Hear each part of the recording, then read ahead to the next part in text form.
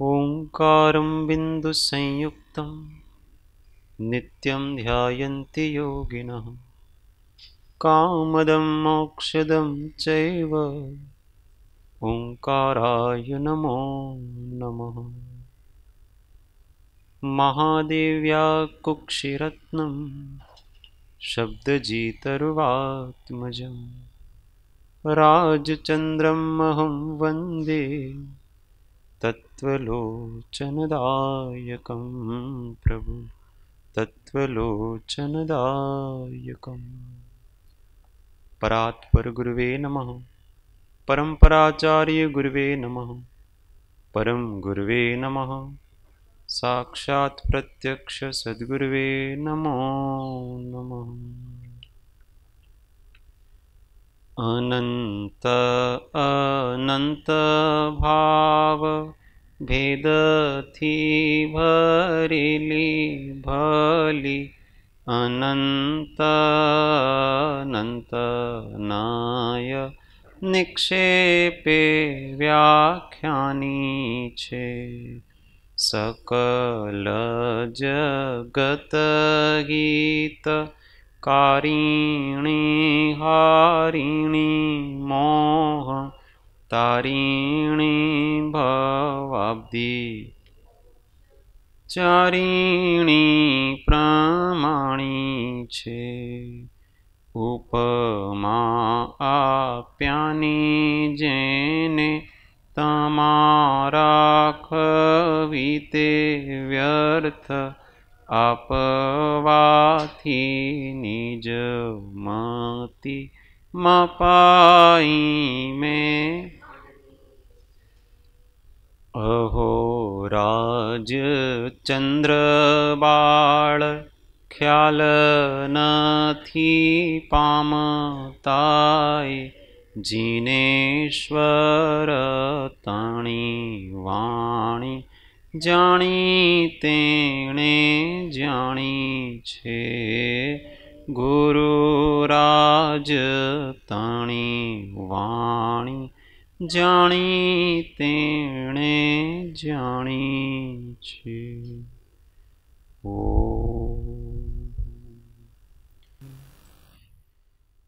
नत्वा जिनेन्द्रं गतसर्वदोषं सर्वज्ञदेवं हितदर्शकं च श्रीजैनसिद्धान्तप्रवेशिकेर्यं विरच्यते स्वल्पधियां हिताय विरच्यते स्वल्पधियां हिताय।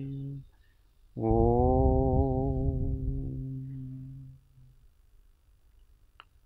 जय सद्गुरु।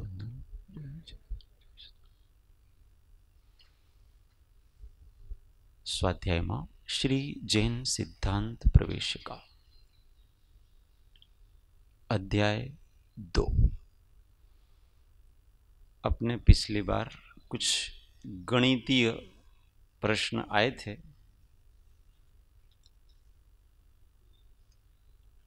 गुण हानि किसको कहते हैं, गुण हानि आयाम किसको कहते हैं, ये सब गणितीय तो सबको समझने की इच्छा थी। अपने कपिल भैया ने अच्छी तैयारी करके अपने को वो सब समझाने का प्रयत्न करेंगे। अपन ईमानदारी से समझने का प्रयत्न करेंगे। तो पहले तो उनसे रिक्वेस्ट है कि वो समझाए, फिर अपने आगे का चालू करेंगे।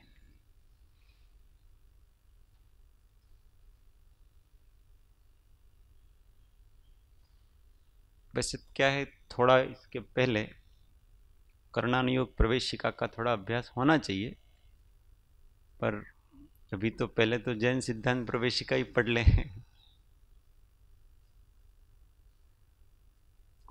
यहाँ बहुत सारे इंजीनियर है। कितला इंजीनियर है? एक बे बीजा 2-3 सीए છે, 2 सीए છે। हाँ।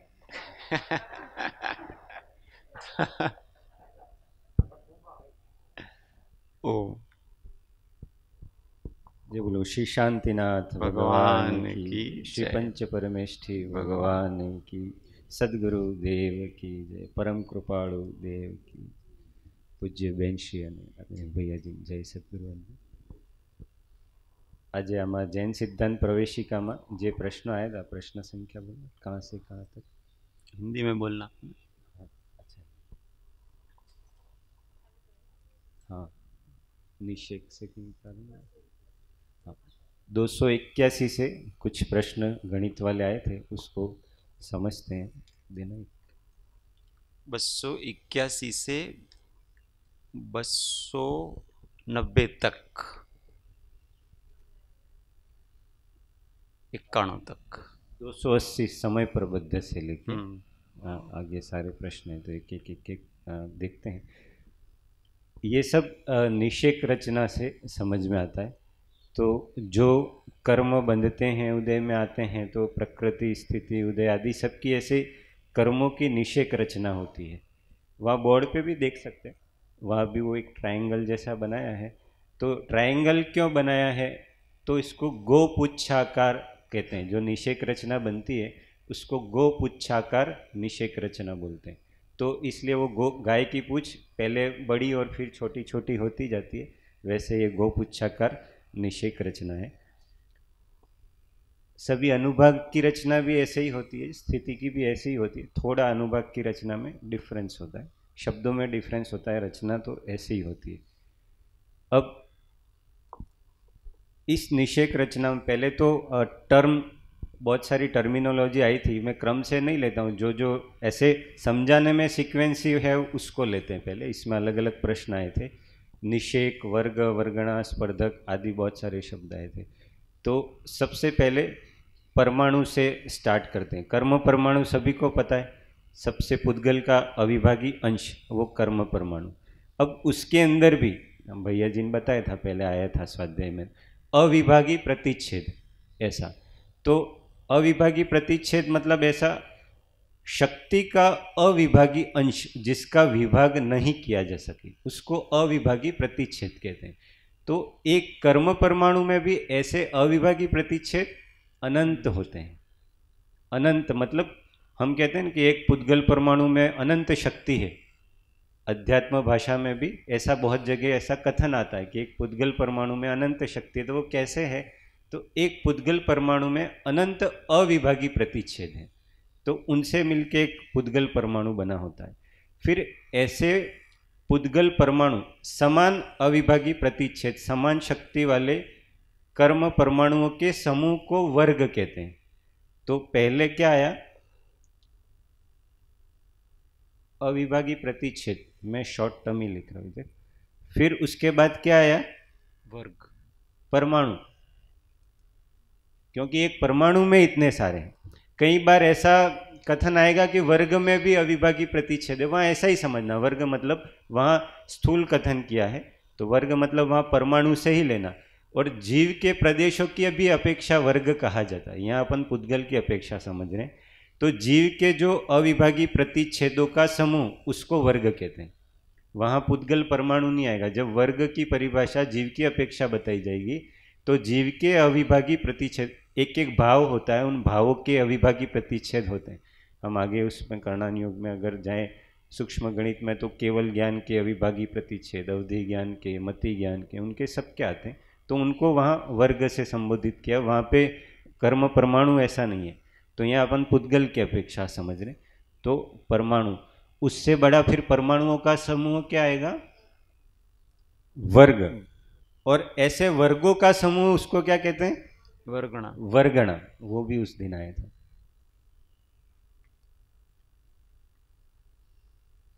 राइटिंग अच्छी नहीं है, जितना समझ में आए उतना समझना। ये सब तो विपुल भाई ने लिखा है इसलिए समझ में आ रहा है।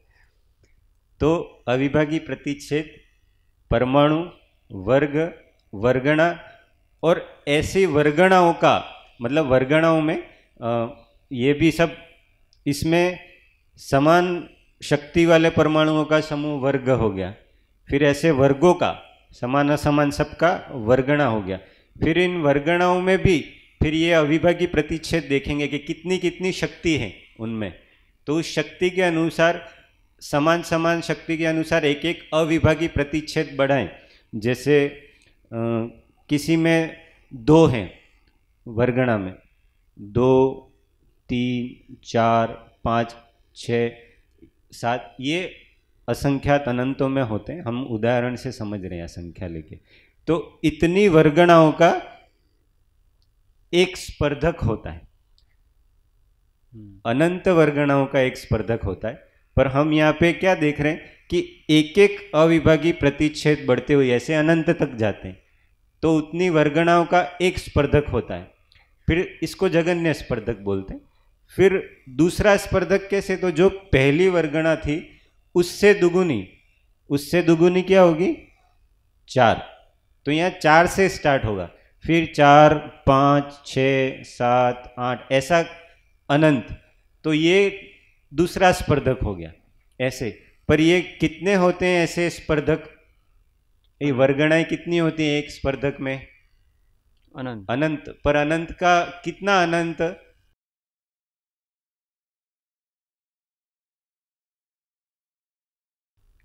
20 गुना 5, ये भी 100 है।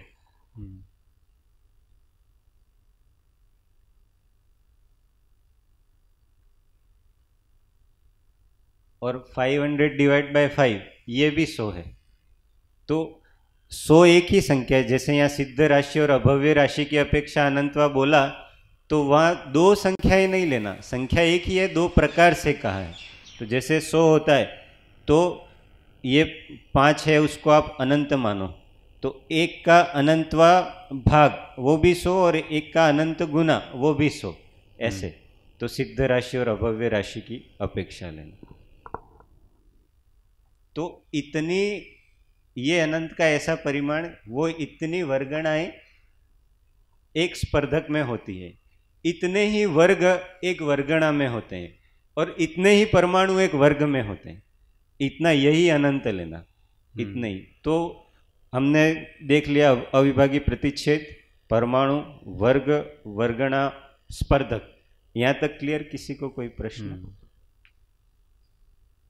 अब निषेक, तो यहाँ पे ये निषेक रचना है। तो एक एक निषेक मतलब प्रति समय जितने कर्म, हाँ अनंत वर्गणा, तो प्रति समय जितने कर्म परमाणु एक साथ खिरते हैं, उतने वो कर्म परमाणु का जत्था, संख्या, अपन जो भी बोले उसको एक निषेक कहते हैं। उस एक निषेक में अनंत कर्म परमाणु होते हैं। एक समय प्रबद्ध खिरता है ऐसा कहते हैं, तो समय प्रबद्ध का परिमाण बहुत अधिक है।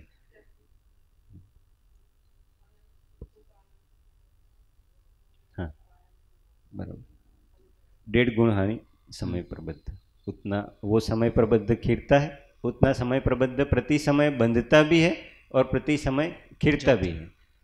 तो एक निषेक, यहाँ पे ये जो दिखाई दे रहा है, यहाँ से आपको दिखता होगा 512, 480, 448, 416, ये एक्चुअली स्ट्रेट होता है। आप वहाँ टीवी पे देख सकते हैं 512, 480 स्ट्रेट लिखा हुआ है, सीधा। और यहाँ पे जगह नहीं थी इसलिए इसको थोड़ा क्रॉस में लिखा है। पर वो क्योंकि एकदम सीधा लिखते तो इतने छोटे अक्षर आते कि दिखाई नहीं देता, पर ये होता है एकदम स्ट्रेट है, ऐसा जो टीवी में दिख रहा है 500। वो तो पहला निषेक जो लिखा है वो 512, ये तो सब माना हुआ है हमने अंकों से, संख्या से, क्योंकि वो अलौकिक गणित में असंख्यात, संख्यात, अनंत का फिर वो समझ में नहीं आता है, तो समझने के लिए एक माना हुआ है। एक निषेक में अनंत स्पर्धक होते हैं। हम स्पर्धक तक आए थे, अविभागी प्रतिच्छेद, परमाणु, वर्ग, वर्गणा, स्पर्धक और निषेक। तो ऐसे एक निषेक में अनंत स्पर्धक होते हैं और वही स्पर्धकों का प्रमाण अनंत में ही होता है। तो यहाँ पे अब ये निषेक रचना कहलाती है। ये जो ट्रायंगुलर बनाया है, ट्रायंगल बनाया है, ये निषेक रचना कहलाती है। ये 9 कर्म और कर्म दोनों की होती। औदारिक शरीर के लिए वो जो आहारक वर्गणा वगैरह लेते हैं, तो उनके 9 कर्मों की भी ऐसी ही रचना होती है। फर्क क्या होता है, उसमें अबाधा नहीं होती। और जो कार्मण वर्गणा कर्मों की ये होती है, उसमें आयु कर्म को छोड़ के 7 जो दूसरे कर्म हैं उनकी अबाधा सहित रचना होती है निषेक की, आयु में अबाधा रचना नहीं होती। क्यों नहीं होती? एक ही बार बंधता है वो तो कर्म, ऐसा नहीं है। आयु 8 बार बन सकती है पूरे विभव में। वो बंधी हुई अबाधा है। आपने मनुष्य हैं अभी, और अगला अगला जब तक जन्म नहीं होगा और अगला भाव जब तक नहीं होगा तब तक उसका वो अबाधा ही है, उसके निषेक एक भी उदय में नहीं आएगा, तो वही अबाधा है उसकी। हाँ, तो आयु हमने बांधी, जैसे देवायु बांधी यहाँ से, तो पहले समय से ही वहाँ उसके निषेकों का उदय आना चालू हो जाएगा। वहाँ ऐसा नहीं कि थोड़ी अबाधा अंतर्मुहूर्त या 1 साल रही उसके बाद निषेकों का। तो आयु कर्म का ऐसा है कि आयु कर्म की अबाधा इस जहाँ से आयु बांधना हमारा पूर्ण हुआ उसके बाद जितनी भुज्यमान आयु हमारी शेष रही, उतनी जो अगले कर्म की आयु प्रारंभ होगी उसकी उतनी अबाधा कहलाती है। तो वो अबाधा इसी आयु में प्रारंभ हो जाती है। जो बद्धमान आयु है हमने जो बांधी है उसकी अबाधा ये भुज्यमान आयु में ही प्रारंभ हो जाती है।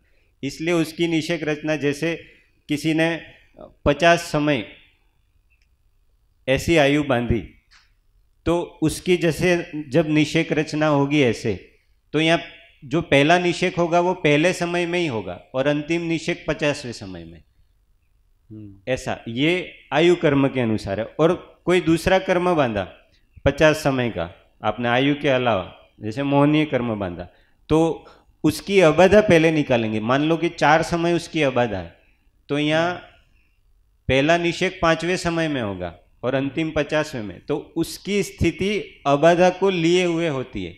आयु कर्म के अलावा जो बाकी कर्म बचे उसकी स्थिति अबाधा को लिए हुए होती है। और आयु कर्म में अबाधा की रचना नहीं होती क्योंकि इसी में पूरे। और 9 कर्म जो औदारिक शरीर आदि के लिए निषेकों की रचना होती है, उनके लिए भी अबाधा की रचना ही होती, ऐसे ही निषेक रचना होती है।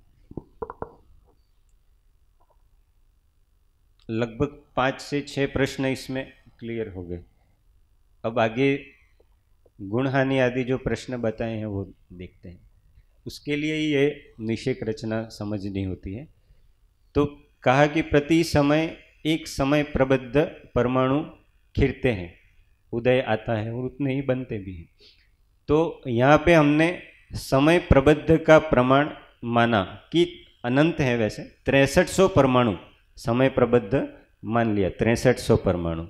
अब ये पूरे वो 6300 के हिसाब से ये निषेक रचना है सारी। इन सब का टोटल ये जो लिखे ना, उनका टोटल करेंगे तो इतना आएगा 6300।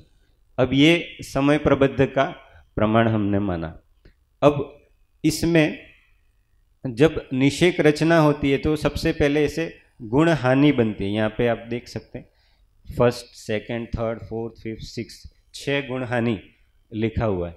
उसमें भी देख सकते हैं 1st, 2nd, 3rd, 4th। तो गुण हानि, तो गुण हानि क्यों कहा इसमें? तो गुणित रूप से हीन द्रव्य एक के बाद एक गुण हानि में होता है। पहली गुण हानि में यहाँ पे आप देखें ये जो इतना द्रव्य है कितना है, 3200। कितना है?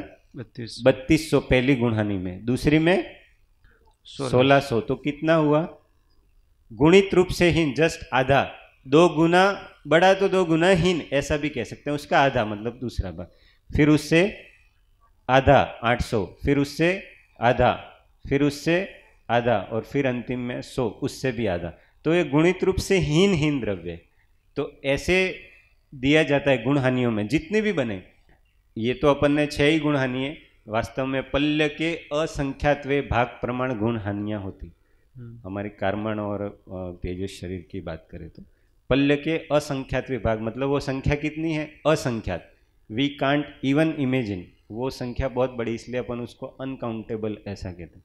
तो वो असंख्यात बहुत बड़ी, उसका संख्यात का ही हम गणित देखते हैं तो चक्कर आ जाता है। ऐसा है, उतना बड़ा, उतनी बड़ी संख्यात संख्या है जो उत्कृष्ट संख्यात आदि है। तो असंख्यात तो बहुत बड़ा है। तो पल्य के असंख्यात भाग प्रमाण वो गुण हानियों की संख्या, वास्तव में जो निषेक रचना होती है उसमें तो उतनी संख्या है। तो यहाँ पे ऐसी गुण हानि हमने 6300 समय प्रबद्ध माना है, तो इसलिए ये 6 गुण हानि। तो गुणित रूप से हीन द्रव्य होता है, इसलिए तो इसको गुण हानि कहते हैं। प्रश्न था गुण हानि किसको कहते हैं, तो वो कर्म की निषेक रचना बनती है, उसमें गुणित रूप से हीन हीन द्रव्य दिया जाता है, इसलिए उसको गुण हानि कहते हैं। फिर प्रश्न था नाना गुण हानि किसे कहते हैं, तो ऐसे गुणित रूप से हीन हीन द्रव्य वाली जो गुण हानियां बनी, उन गुण हानियों के समूह को नाना गुण हानि कहते हैं। तो गुण हानियां कितनी है? 6। तो 6 को क्या कहेंगे? नाना गुण हानि। गुण हानियों का समूह नाना गुण हानि, और गुणित रूप से हीन हीन द्रव्य देने के कारण गुण हानि। फिर तीसरी टर्म थी गुण हानि आयाम। आयाम तो एक गुण हानि में जितने समय होते हैं उसको गुण हानि आयाम कहते हैं। वैसे आयाम का शाब्दिक अर्थ लंबाई से होता है, लेंथ। गणित में आयाम का अर्थ लंबाई से होता है, कहीं ऊंचाई से भी अर्थ लेते हैं, पर जनरली आयाम मतलब बहुआयामी व्यक्तित्व, मतलब उसके व्यक्तित्व का विस्तार, उसके गुणों की लंबाई, उसके गुण कितने विस्तार में है, तो आयाम। तो एक गुण हानि में जितने समय मतलब उसकी जितनी लंबाई, या वो समय की बात है इसलिए लंबाई शब्द नहीं लेते, इसलिए जितने समय है, तो एक गुण हानि में कितने समय हैं? प्रत्येक गुण हानि में बराबर ही होंगे समय। हम यहाँ से देखते हैं 1 2 3 4 5 6 7 और 8। ऐसे ही दूसरी गुण हानि में 1 2 3 4 5 6 7 और 8। ऐसे ही सब में, सभी गुण हानियों में कितने कितने समय हैं? 8 समय। तो उसको कह दिया गुण हानि आयाम। नाना गुण हानि कितनी? 6। गुण हानि आयाम 8। जिसको बहुत गणित नहीं आती उसको भी एकदम समझ में आ जाए ऐसा है, जिसको बहुत रुचि नहीं है ना वो भी इजीली समझ सकता है। इसमें कोई सिंपल मैथमेटिक्स है, मुझे भी समझ में आ रहा है इसलिए सरल है। गुण हानि आयाम तक समझ में आ गया? ओके। अब उसमें अलग अलग टर्म थी। एक टर्म थी निषेक हार, जो भैया जी कह रहे थे बहुत अच्छा नाम है, निषेक हार। तो निषेक शब्द संस्कृत में निषेच, निष धातु होते, निषेच नियम, निषेक शब्द वहाँ से आया। तो वहाँ निषेच नियम का अर्थ निक्षेपण करना होता है। तो यहाँ जब हम देखते हैं तो वो निषेकों का निक्षेपण होता है, तो जहाँ जिसका निक्षेपण होता है इसलिए उसको निषेक ऐसा नाम दिया। निषेक हार का अर्थ होता है 2 गुण हानि आयाम।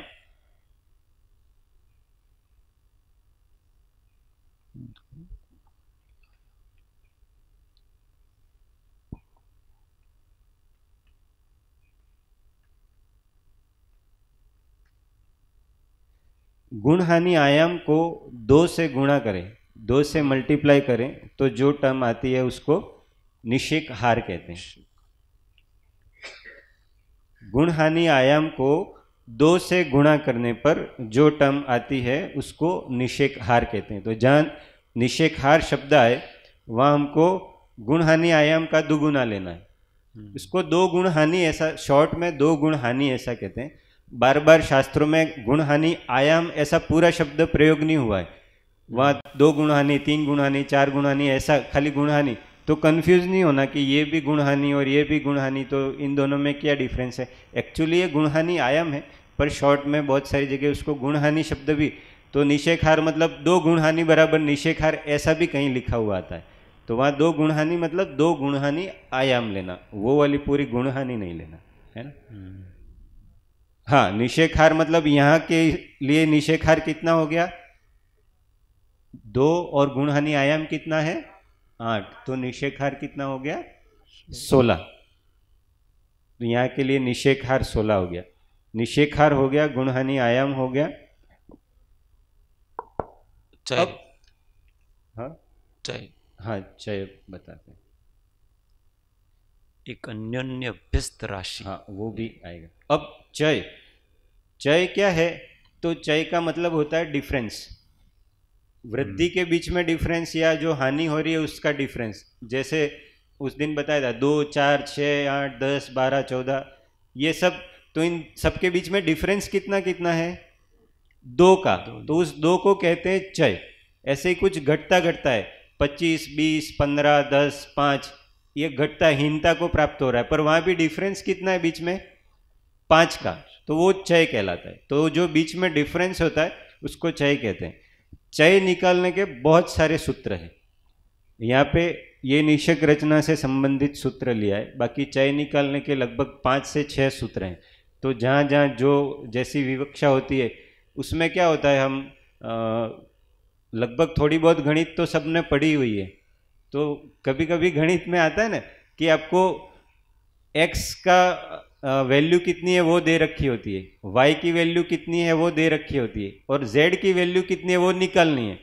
तो आपके पास इक्वेशन कोई भी होगी, a square plus Y square equal to Z square, ऐसी कोई इक्वेशन, तो x और y की वैल्यू है तो आपके पास z आ जाता है। अब आपको z निकालना है, मतलब चय निकालना है, पर आपको x दे नहीं रखा है, आपको खाली y ही पता है और z निकालना है, तो हमने तो एक ही फॉर्मूला पढ़ा है, उससे कैसे निकालेंगे? तो ऐसा नहीं। अब यहाँ पे x की जगह a दे रखा है, तो इसके लिए फिर फॉर्मूला बदल जाएगा। आपको x की जगह a की वैल्यू दे रखी है और z निकालना है, तो फॉर्मूला ऐसे जो जो वस्तु अपने पास दे रखी है उससे जो निकालना है तो उसके लिए सूत्र बदल जाता है। अभी अपने पास यहाँ इस टर्म में इतनी वस्तु होती हैं, इसलिए अपने को यहाँ ये फॉर्मूला लगाना। इसमें एक गुण हानि द्रव्य होता है, तो ये जो हमने 6 गुण हानि देखी उन सब का द्रव्य लिखा है 3200, 1600, 800, 400, 200 और 100। तो हम देखें कि ये जो लास्ट वाला फर्स्ट गुण हानि है उसमें चय कितना होगा वो देखने का ट्राई करते हैं। तो इसमें गुण हानि द्रव्य कितना है, ये जो फॉर्मूला लिखा है ना सूत्र, उसमें अपन सारा रखेंगे। गुण हानि द्रव्य भागित निषेक हार प्लस गुण हानि आयाम गुणा गुण हानि आयाम बटा 2, ऐसा कहीं कहीं ये सूत्र में ये लाइन यहाँ तक भी देखने को मिलेगी और ये अलग भी रहेगा, पर एक ही बात है, कोई दिक्कत नहीं, उसमें वैल्यू एक ही आती है। अब गुण हानि द्रव्य कितना है पहली गुण हानि में? 3200।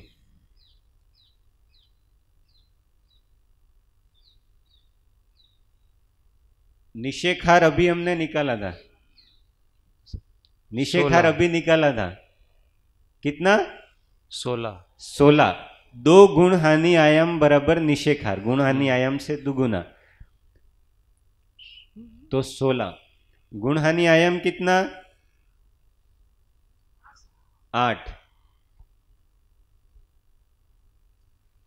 निषेक हार प्लस गुण हानि आयाम प्लस 1,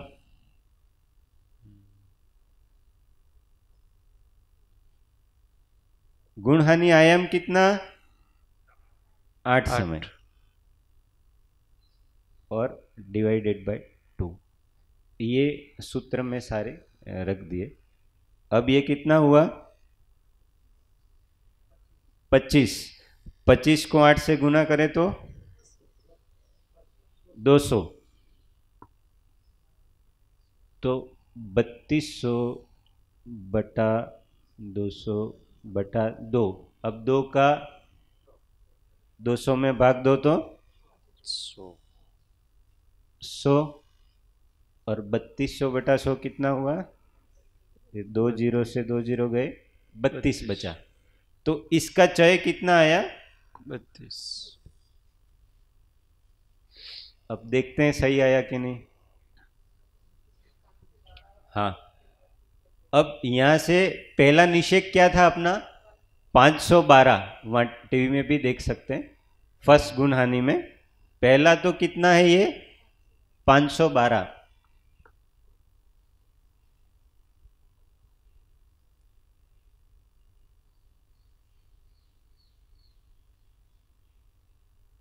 पाँच सौ 12 में से 32 घटाओ, कितने बचे? 480। 480 में से 32 घटाओ, 448। आगे 416। महेंद्र भाई के अलावा कोई नहीं बोल रहा है। 416 में से 32 घटाओ, 384। 384 में से 32 गए तो 352। 352 में से 32 गए तो 320 और 320 में से 32 गए तो 288। तो ये देखा हमने पहले निषेक में, सब में चय मतलब डिफरेंस कितना है सारे निषेकों के बीच में? 32 32 का, तो इसको कहते हैं चय। अब इसमें होता क्या है, जो पहली गुण हानि है चय, अब हमने गुण हानि शब्द कहा है, तो जैसे द्रव्य आधा आधा होता गया वैसे चय भी आधा आधा होता जाता है। तो इसलिए हमको सबका चय निकालने की जरूरत नहीं है, किसी भी एक का चय निकाल लो। जैसे पहले का चय निकालते तो उससे दुगुना दुगुना करना, और लास्ट का निकाला, यहां से लास्ट का पहले का निकाला तो इससे आधा आधा करता जाना। तो यहाँ का 32 चय है, तो यहाँ का चय कितना हो गया 16, यहाँ का कितना हो गया, यहाँ का और यहाँ का। अब देख लो सब में 9 10 11 12 13 14 15 16 एक एक का डिफरेंस है, 18 20 22 24 26 28 30 32 दो दो का डिफरेंस है। ऐसा ही सब में लगाता जाना, तो ये सबका चय आ गया, सभी गुण हानियों में चय का प्रमाण आ गया। ये सारे स्ट्रेट ही आते हैं, पहले बताया था ऐसे नहीं आते, तो जगह नहीं थी इसलिए ऐसे लिखा है। तो ऐसे ही वो ये गुण हानि में ये गुण हानि आयाम के अनुसार निषेकों की रचना होगी। गुण हानि द्रव्य हो गया। इस सूत्र में आए सभी टर्म समझ में आ गए? किसी को कोई प्रश्न?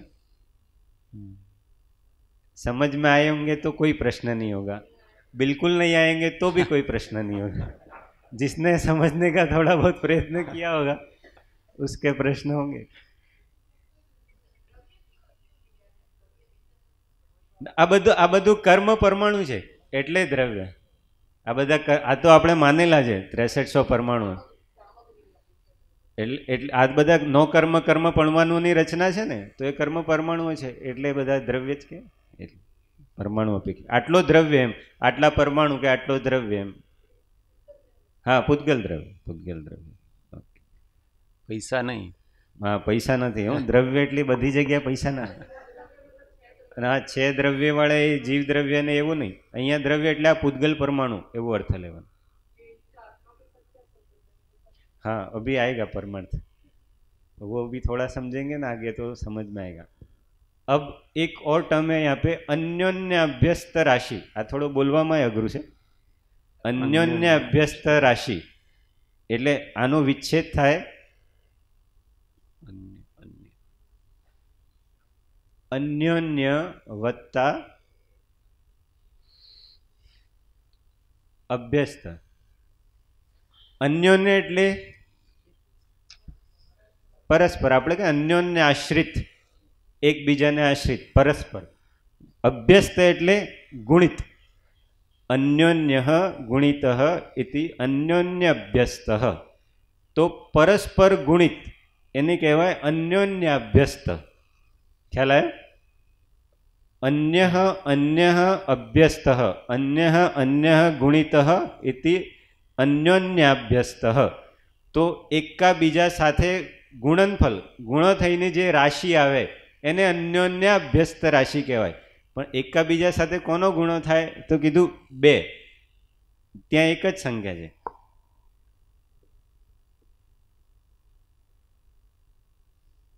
बे आ बेना ज गुणा परस्पर थाया करे। तो हवे अन्योन्य अभ्यस्त राशिनी परिभाषा शुं? तो नाना गुण हानि प्रमाण। नाना गुण हानि कितनी है? 6। हाँ, नाना गुण हानि 6। तो नाना गुण हानि प्रमाण 2 का अंक रख के उनको परस्पर गुणा करना, उससे जो राशि आए उसको अन्योन्य अभ्यस्त राशि कहते हैं। तो नाना गुण हानि कितनी है? 6। तो 6 बार 2 का अंक रखना, 1 2 3 4 5 6। अब इसको परस्पर अन्योन्य, अन्योन्य गुणित, अन्योन्य अभ्यस्त मतलब परस्पर गुणा करो। 2 दूनी 4, 2 दूनी 6, 2 दूनी 8, 2 दूनी 16। अरे हाँ नहीं गुणा करना, 64 होगा, 64 सॉरी 64। तो अन्योन्य अभ्यस्त राशि कितनी होगी? 64। इसको 2 to the power 6 ऐसा भी लिखते हैं मैथ्स में। 2 की घात, घात कहते हैं ना, हाँ 2 की घात 6 ऐसा। तो इसलिए इसको शॉर्ट में कभी लिखते हैं तो 2 की घात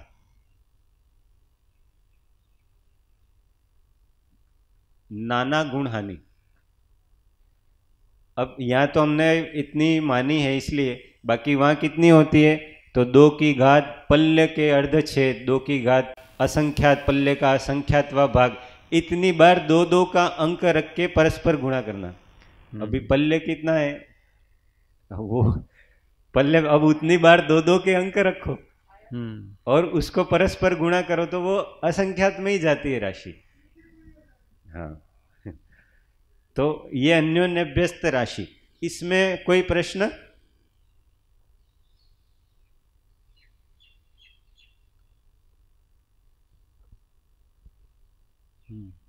ठीक है।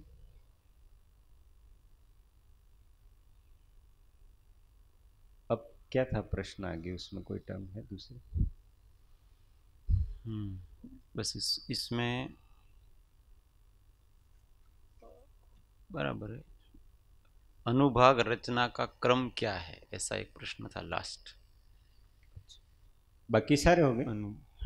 बाकी सब हो गए।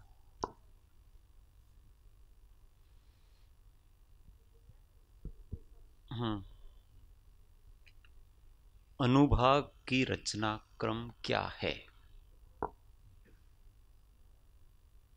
291 हिंदी में और उसमें 200। बस यही ऐसी ही रचना होती है उसमें भी। उसमें यहाँ जो हमने निषेक नाम दिया है ना, वहाँ निषेक की जगह उसको वर्गणा कहते हैं, वहाँ निषेक शब्द नहीं होता है। शक्ति की बात चल रही है ना वहाँ, तो वो शक्ति अंश कौन सा है? स्पर्धक, हम सर्वघाती, देशघाती, वो सब बात करते हैं ना, तो उन स्पर्धकों में अलग अलग प्रकार की शक्ति होती है। वो लता, दारू, अस्थि, शैल वगैरह, चतुस्थानीय, अनुभाग, बंध वगैरह, क्या था, खांड, शक्कर, गुड़, खांड, शक्कर, अमृत। हाँ वो चतुस्थानीय बंध, मतलब वो साता का वो असाता, मतलब प्रशस्त अप्रशस्त की अपेक्षा। तो यही रचना होती है सेम। उसमें निषेक की जगह, जैसे हमने ये 512 को प्रथम निषेक कहा, तो वहाँ 512 को प्रथम वर्गणा ऐसा शब्द आएगा। वहाँ निषेक की, वहाँ वर्गणा। वैसे बहुत सारी वर्गणाओं का एक स्पर्धक होता है, कितनी अनंत वर्गणाओं का एक स्पर्धक होता है, पर यहाँ जो ये वर्गणा शब्द ले रहे हैं वहाँ से वो वर्गणा ग्रहण नहीं करना। यहाँ तो इस एक 512 को एक वर्गणा का, तो इसमें बहुत सारे स्पर्धक होंगे अनंत, इसलिए दोनों में डिफरेंस समझना। जब अनुभाग रचना आएगी, वहाँ अनुभाग रचना में इसको वर्गणा कहेंगे, 512 जिसको हमने एक निषेक का, उसको यहाँ एक वर्गणा कहेंगे।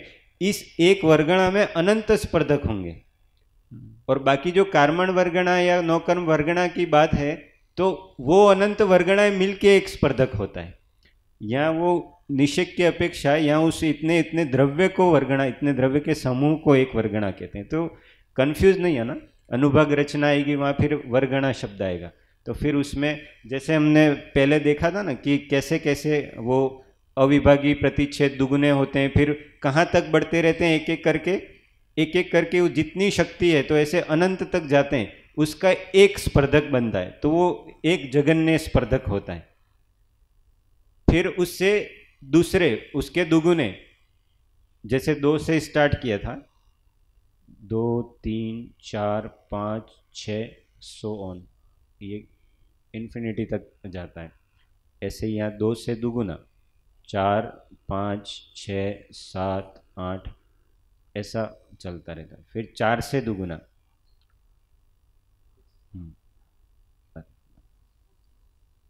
नहीं 4 का डबल 8, ये चलता है। तो ऐसे 2 से लगा के, ये खाली एक उदाहरण के लिए हम अंकों से समझते हैं, तो ऐसे एक एक अविभागी प्रतिच्छेद बढ़ता हुआ अनंत तक जाता है। तो वहाँ की इतनी वर्गणाएं, इतने वो होते हैं, तो उसमें एक स्पर्धक बना। फिर दूसरा, पर यहाँ वो वर्गणा में, अब इतनी वर्गणाओं में इतने स्पर्धक होते हैं। वही जो अनंत का प्रमाण देखा था ना, अनंत उतने ही यहाँ वर्गणाओं में एक एक स्पर्धक होंगे। उसमें सर्वघाती, फिर एक एक शक्ति वाले, समान शक्ति वाले समान में, समान शक्ति वाले समान में, समान शक्ति वाले समान में। अब ये निषेक रचना में खाली एक पॉइंट बताना रह गया, ये अनुभाग रचना का हो गया। निषेक रचना में कर्म परमाणु उदय में कैसे आते हैं, खाली एक वो देखना था।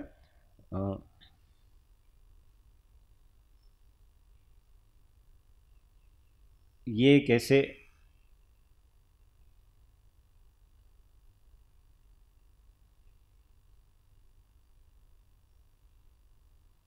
सामान्य रूप से वो 7 कर्मों की स्थिति की ऐसी रचना होती है।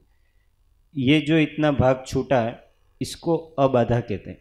अबाधा काल जो कहते हैं ना अपन, कि तब तक उदय में नहीं आता है, या उसको अचलावली भी कहते हैं। यहाँ पे जब तक वो उदय में नहीं है, वैसे यहाँ पे शुरू से देखते हैं, कोई कंफ्यूजन नहीं हो। जैसे ये कर्म की निषेक रचना हो गई, तो ये उसका अबाधा काल, जैसे कहा था 50 समय की स्थिति बंधी तो 4 समय अबाधा, तो जब तक ये 4 समय बीतेंगे नहीं तब तक ये उदय में नहीं आएगा, तो ये उसका अबाधा काल हो गया। अब ये सामान्य हुआ। अब इसी में यहाँ पे उदयावली की रचना होती है, और फिर ये इतना जो बचता है उसको अचलावली बोलते हैं।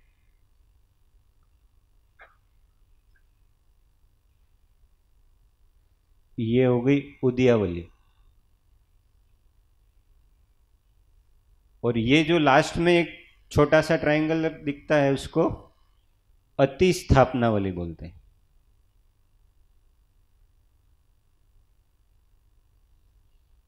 वो सब इसमें भी शायद आगे के अध्यायों में आएगी। और ये उपरीतन स्थिति बोलते हैं इसको। ये इसलिए बताया जा रहा है कि सामान्य रूप से हम जिन शब्दों का प्रयोग करते हैं वो होता क्या, एक बार चित्र से देख लें तो हमको समझ में आ जाता है।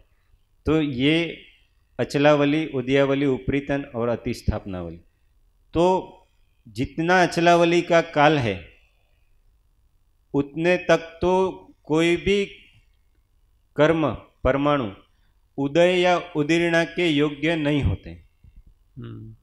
जितना अचलावली का काल है तब तक कोई भी कर्म परमाणु उदय और उदीर्णा के योग्य नहीं होते। फिर जो कर्म परमाणु एक बार उदयावली में आ जाते हैं, उदयावली की रचना भी जो अबाधा का समय है उसी में होती है। ये खास देखना, जो उदयावली की रचना भी जितना अबाधा का समय था उसी समय में उदयावली की रचना हुई है।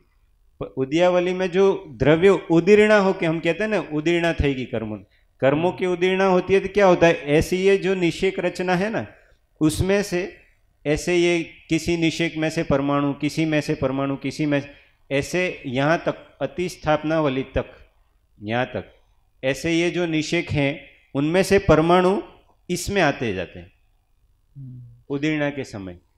एक बार इसमें आ गए मतलब वो डेफिनेटली उदय में आने ही वाले हैं, उनका कुछ नहीं। एक बार उदयावली में आने के बाद यहाँ से अलग अलग आके इसमें आ जाते हैं, तो एक बार इसमें आ गए इसलिए उदय में आने ही वाले हैं, इसलिए इसको उदयावली का। ऊपर से नीचे आए कर्म इसमें से, जैसे ये 144 है यहाँ पे परमाणु, इसमें से सारे नहीं आते, जैसे इसमें से 40 परमाणु निकल के इसमें आ गए, ये 72 है इसमें से 50 परमाणु निकल के इसमें आ गए, ये 40 है इसमें से 20 निकल के आ गए, ये 48 में से 20 निकल के आ गए। तो ऐसे इनमें से निषेकों में से कर्म परमाणु निकल के उदयावली में आते हैं, उदयावली में ले आते हैं उनको। तो ये उदीर्णा अपकर्षण पूर्वक की हो गई। अपकर्षण हम कहते हैं, तो अपकर्षण का मतलब क्या हुआ कि जो ये बाद में, अब पहले तो रचना के हिसाब से तो पहले 512 का निषेक उदय में आएगा, फिर 480 वाला आएगा प्रति समय, फिर अगले समय में 448 वाला आएगा, ऐसे। पर हमारे भावों के अनुसार अब जो यहाँ उदय में आले थे इस वाले समय में, तो उसमें से भी परमाणु पहले आके उदय में आ जाते हैं, तो इसको अपकर्षण कहते हैं।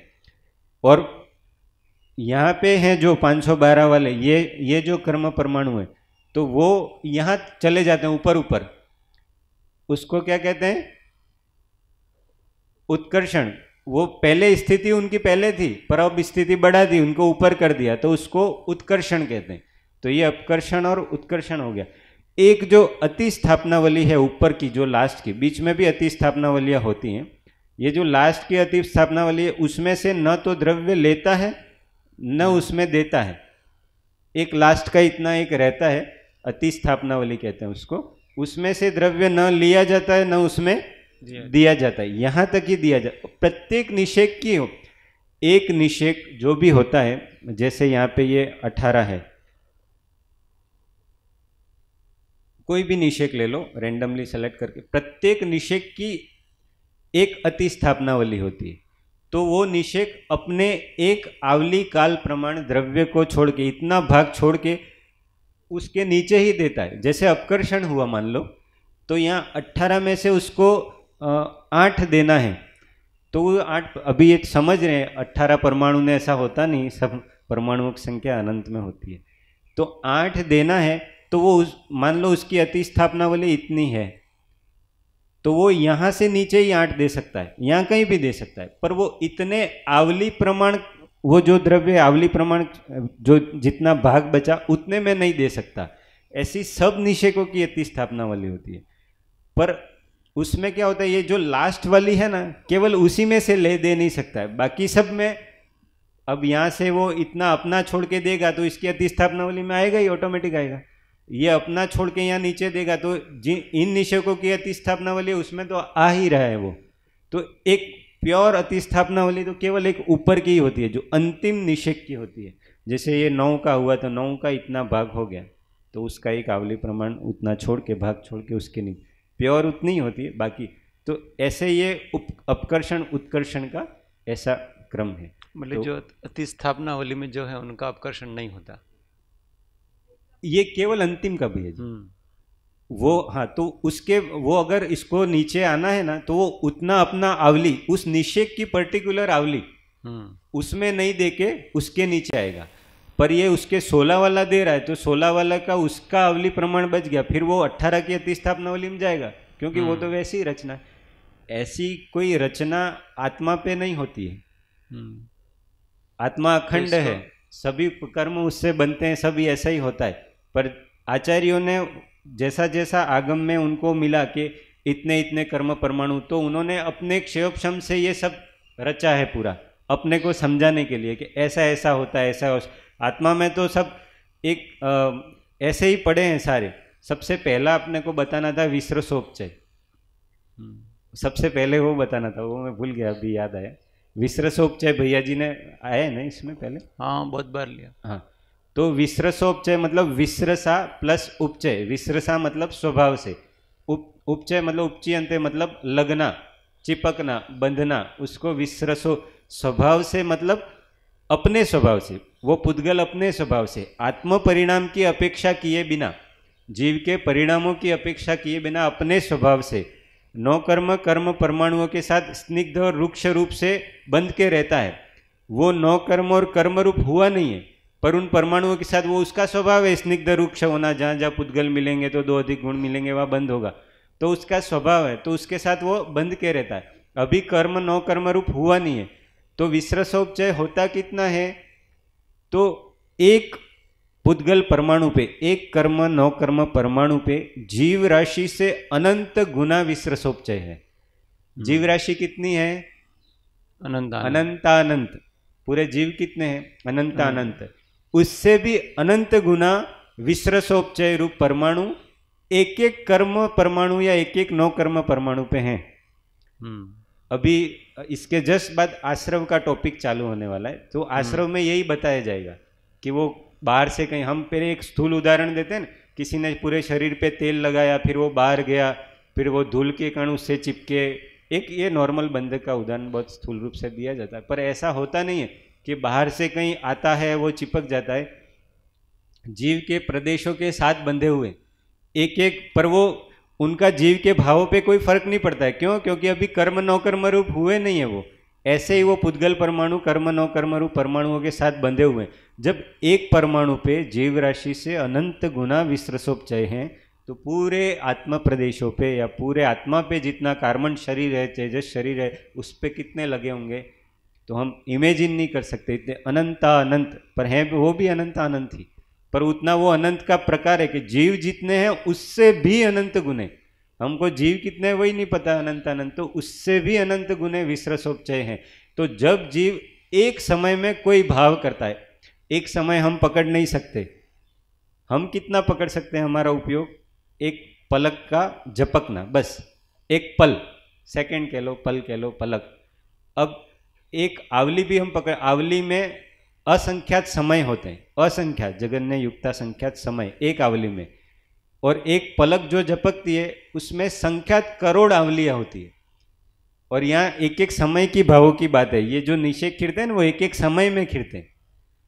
तो हम जो भाव करते हैं वो हमारे उपयोग में आता है, वो तो एक सेकंड का भाव। हमने कोई भाव, हालांकि हमारे उपयोग में एक सेकंड का आता भी नहीं है, इतनी जागृति होती भी, 5 मिनट की भी हमको जागृति नहीं होती। पर अब कोई बहुत सूक्ष्म जागृति रखे भी सही तो उसका उपयोग कितना, तो एक सेकंड के भाव या एक सेकंड के कुछ भागों में से कुछ भाग में जागृति रख सकता है वो, तो उतना ही भाव हमको पता चलता है। और उतने भाव में कितना उथल पुथल हो जाता है, क्या तो खीर जाता है, क्या बंध जाता है। एक समय का भाव, सित्तर कोड़ा कोड़ी कर्म बांध, सित्तर कोड़ा कोड़ी प्रमाण स्थिति। तो इसको समझने का परमार्थ ये है कि वो इतना विश्रसोपचय आत्मा पे पड़ा है। तो एक समय हमने भाव किया, एक समय पकड़ में नहीं है, एक सेकंड भी कुछ भाव किया हमने, तो वो कर्म परमाणु तुरंत कर्म रूप हो जाते हैं, कहीं से आते ही नहीं है। खाली हमारे सोचने की, हमको कोई भाव करने की देर है, किसी के प्रति द्वेष, किसी के प्रति राग, ईर्ष्या, मत्सर, इतना खाली भाव किया तो तुरंत वहीं पे कर्म रूप हो जाते हैं। जिसकी जैसी योग्यता वैसी ज्ञानावरण, दर्शनावरण, मोहनीय सब रूप हो जाते हैं। और स्थिति भी फिर उतनी सागरों में बन जाती है, एक समय के भाव की, सेकंड की तो कितनी हो जाती। तो इसको समझने का परमार्थ ये है कि हमारे भावों को हम बहुत जागृति पूर्वक संभाले। सूक्ष्म उपयोग थी एक पल पण भरनार, ये महावीरना बोधनो पात्र है। तो वो एक पल को भी हम भरें सूक्ष्म उपयोग से, कैसे? शुभ भावों से और अपेक्षा से, शुद्ध भावों से। तो इसको समझने का ये है कि एक एक समय में इतना इतना खिरता है, एक एक समय में इतना अनंत परमाणु बंध जाते हैं, और हम तो घंटों घंटों घंटों घंटों कैसे भाव करते हैं, हमको उपयोग ही नहीं रहता। 2-3 घंटे कुछ, कोई क्या देख लिया, कोई क्या भाव कर दिए, किसी प्रवृत्ति में रहे, कोई आत्म सुमिरन नहीं, प्रभु सुमिरन नहीं, ऐसा हमारा दिन का कितना भाग जाता है। तो समय समय में इतना होता है तो घंटों में कितना होगा। तो इस अनंत संसार से मुक्त ना हो पाए ऐसा हमारे भावों का इसमें है। और चाहे तो क्षण में मुक्त हो जाए अगर अच्छे भाव करें, तो ऐसा भी है। तो इसको समझने का यही परमार्थ। ओ जय सद्गुरु। बहुत घबराने की जरूरत नहीं है, एक एक समय में इतना बनता है तो अब क्या करें, इतना खिरता भी है। परंतु इसका मूल उपाय क्या कि अपन हर समय को बुद्धि से कैसे पकड़े अपन, तो दशा बनाना। एक बार दशा, आप हर समय को, आप बुद्धि से जागृत तो नहीं रह सकते ना हर समय आप, तो आप दशा बना लो, दशा बना लो। फिर नींद में सोए तो भी कोई दिक्कत नहीं आपको, क्योंकि इस दशा के अनुसार ही सब चलेगा, सारी चीजें। इसलिए साधना में ये सब समझने का मुख्य अर्थ क्या है कि वृत्ति क्षय करने की साधना करें। उपयोग को हम कब तक, ये सब दिमागी खेल हो जाता है। तो उपयोग को लगाना नहीं लगाना ऐसा नहीं, पर हम अपनी अवस्था ही ऐसी कर लें धीमे धीमे, और वो आत्म भावना से होती। ये कषाय नहीं करने की ऐसी भावना कर लें, और परद्रव्यों में अपने चित्त को नहीं जाने की इतनी भावना करें, इतनी भावना करें। और इन सब के लिए अलग अलग भावना करने की जरूरत नहीं होती है, इन सब के लिए केवल एक ज्ञान भावना करने की जरूरत है कि मैं ज्ञान स्वभावी हूं। इतनी भावना को इतनी दृढ़ कर लें, इतनी दृढ़ कर लें, तो कोई भी हमारे ज्ञान में ज्ञेय आएगा। अभी शरद भाई आ रहे थे तो वो बात कर रहे, हमारे ऐसी बात चली कि ठंड की बात चली। तो जितनी जितनी ठंड पड़ती है उतना उतना जिसका उपयोग, जिसका आत्मा सम्यक हुआ है, उतनी उतनी उसकी निर्जरा बढ़ती है। कारण क्या है कि उतनी उतनी उसको जागृति ऐसी बनी रहती है कि ठंड का जिसको ज्ञान होता है वो मैं हूं, ठंड में नहीं हूं। तो जितनी जितनी बढ़ेगी ना उतनी उतनी भावना उसकी बढ़ती है, आत्मा की भावना, और उतनी उतनी उसकी निर्जरा होती है। इसलिए मुनियों को उपसर्ग और परिसह के समय में प्रचुर ज्यादा निर्जरा होती। कारण क्या? कि जितना जितना आपके ऊपर प्रॉब्लम्स आएगी उतने उतने आपकी आत्म भावना तीव्र होगी। परंतु अपने को काम क्या करना है? आत्मा को सम्यक करने का। जब तक अपना आत्मा सम्यक नहीं होगा तो सीधे विचार नहीं आएंगे, उल्टे ही विचार आएंगे। और जब आत्मा सम्यक हो गया एक बार, तो उसके ऐसे विचार चलेंगे कि जो निर्जरा कराएंगे ऑटोमेटिक। नींद में भी कोई ऐसा स्वप्न वगैरह वगैरह ऐसा आ गया तो वहां भी आपको निर्जरा के योग ही चित्त की वृत्ति चलेगी, अन्यथा वृत्ति नहीं चलेगी। ये है सम्यक। इसलिए सम्यक करने के लिए सम्यक्त्व चाहिए। इसलिए सम्यक दर्शन का इतना महात्म्य जो महापुरुषों ने गाया है, तो इसलिए गाया एक बार ये आत्मा सम्यक हो जाए तो फिर उसको कहीं डरने की आवश्यकता नहीं। डरने की आवश्यकता नहीं मतलब वो स्वभाव सन्मुख दृष्टि हमेशा रहा करती है, बुद्धिपूर्वक और अबुद्धिपूर्वक।